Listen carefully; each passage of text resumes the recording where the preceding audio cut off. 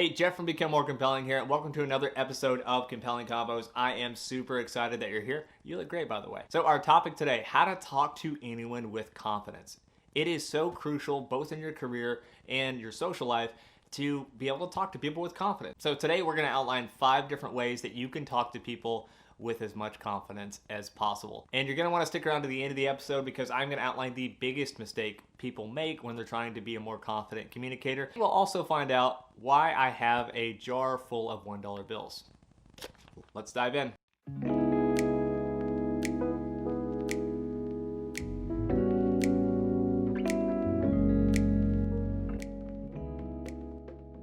All right, our first tip. Everyone is a person just like you.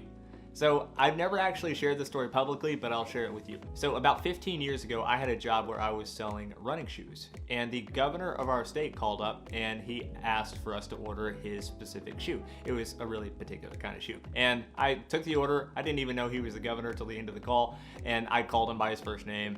He thanked me. And right after that, my boss got upset with me because he said, oh, you should have called him Mr. Governor. Should I have actually done that? Maybe, maybe not. My view of reality is I'm a person, you're a person. I'm not better than you, and you are not better than me. The playing field in my mind is completely level. We're all just people, and that's the mindset that I try to take into every social interaction. Once you internalize that concept, it becomes easier to talk to anyone with confidence because suddenly, like that person that you thought, like maybe they have a impressive job title, or maybe they, have this, that, or the other. Look, it's not a big deal. Just talk to them like they are another person. Next tip, slow everything down by 10%. Hey, Jeff. Yeah. Come over here for a second. You sure? No, come on, it'll be fun. All right. Hey, man. Hey, you're looking good. Thanks. I like that shirt. Hey. I like it too. So, are you ready to help us out with today's topic? Absolutely. Cool. So our topic today is how to talk to anyone with confidence. And a big part of that is slowing down your speech and slowing down your body language, because that gives us a more confident vibe. Now, can you show us what the opposite of that looks like, and maybe talk really fast? Yeah. Or move your arms and, and legs, like just move around and give us that kind of nervous energy. For sure. I mean, you're probably really good at that. Really?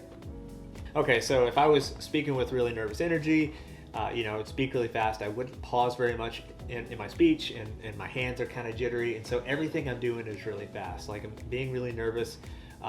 It feels almost like I have a getaway car that is waiting outside for me, and I'm speaking so fast that I don't feel really confident or in control of what I'm saying. Yeah, that's exactly what I was looking for. When we're speaking with confidence, we slow down our body language and our voice tone. So I might say something like, hey Jeff, it's so great to be on the show. I'm really excited about hanging out with you, and I can't wait to get started.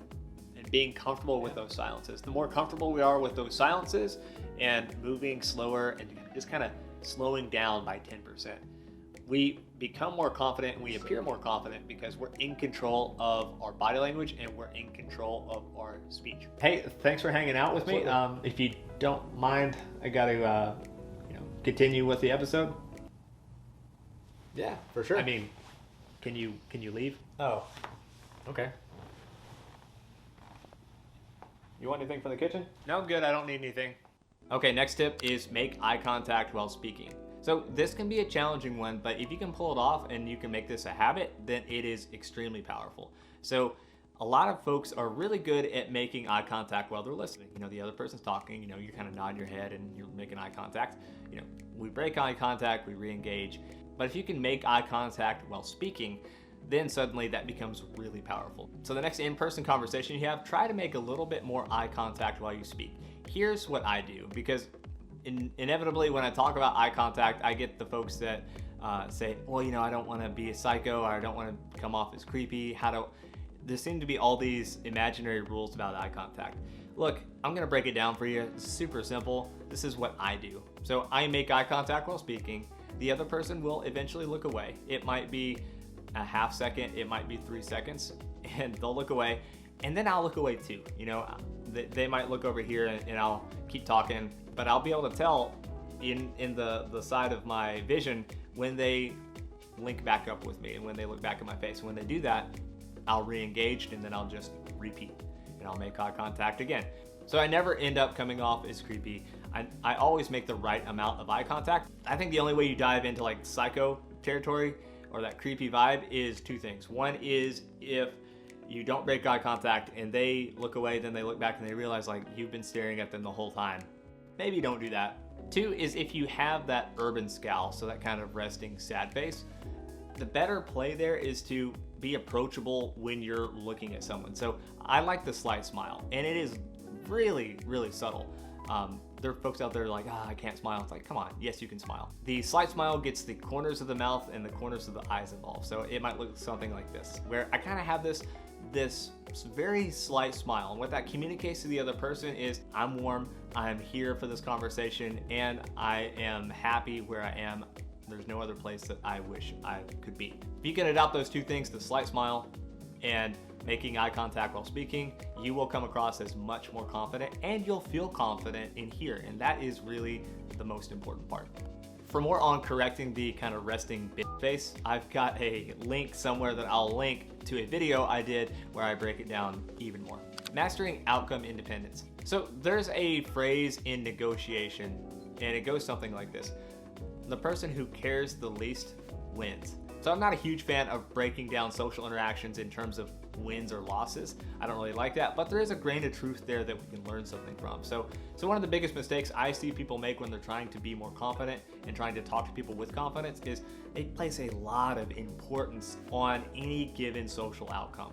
You know, they're like, oh, what if it's good? Some people are afraid of that. What if it's bad? People are even more afraid of that. More even you can make it and say to yourself, hey, look, whatever happens in this social interaction, be it good, be it bad, I'm gonna be just fine. I'm still gonna be me. I'm still gonna go to bed tonight. Like, I'm gonna be absolutely fine. And I call that outcome independence. And it is so crucial because the more you can internalize that notion of, look, I am okay with the worst case realistic outcome. What a lot of people do is they think of like crazy, weird outcomes that would just never happen. So before every big social interaction, I sit down for 5 seconds and I just think, okay, what could go right in this situation? What could go wrong? Are those wrong things? Are those realistic wrong things? Or am I catastrophizing and thinking of stuff that is not likely to happen?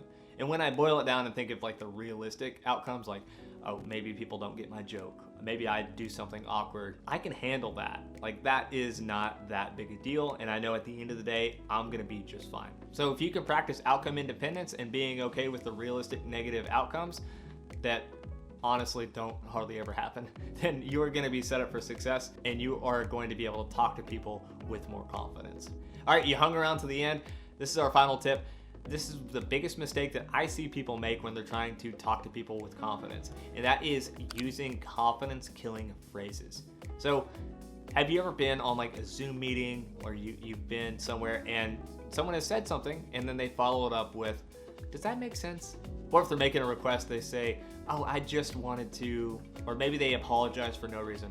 I'm sorry, and they have nothing to apologize for. When we use those confidence-killing phrases, it does a couple of things. So it makes us appear less confident, we feel less confident internally, and that becomes a vicious cycle. That's number one. Number two is it cuts our credibility off at the knees. And that thing that we said, like that proposal that may have been awesome at work, when you followed up with, does that make sense? Like, that just crushes the credibility that we had a second ago that is now lost. So confidence-killing phrases need to be deleted from your vocabulary. And you gotta be ruthless about deleting those confidence-killing phrases. And here's a way to do that. I call it the jar challenge. What I would recommend to you is call up a friend and say, hey, for 1 week, if I use this phrase, maybe your phrase is, does that make sense?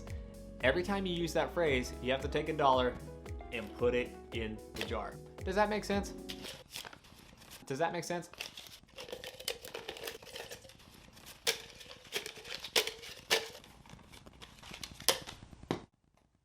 So for 1 week, you put $1 in the jar every time you say something that is a confidence-killing phrase. And guess what? I think about 3 weeks from now, you're not gonna be saying those confidence-killing phrases nearly as much, or at all. Your friend's calling you up every Friday and saying, hey, You got my jar, and that is a huge win because your credibility is going to be intact. You're going to feel more confident, and you will be perceived, yes, as more confident. So the jar challenge, that is something that I want you to do this week. I'm going to do it too. And one more little micro tip to add on the end of this is when you finish your sentences, downward intonation, not an upward intonation like a question. So the downward intonation really matters a lot because that is a statement. So don't turn your statements into questions.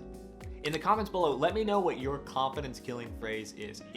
Does that make sense? Is it apologizing too much? Is it something else? Let me know in the comments so we can add it to our big list of things that we should never say again. All right, that is it for me. If you want to get me some questions or a topic for a future episode, a few different ways you can do that. You can hit me up on Instagram or Twitter at @TheJeffCallahan with 2 L's. You can send me an email at jeff@becomemorecompelling.com, or you can just drop a comment and I will cover what you want on a future episode. Don't forget to gently hit the like button. We don't want to break it. And subscribe if you haven't already. And I will see you on the next one. Talk soon. Hey, a couple of quick things before you leave.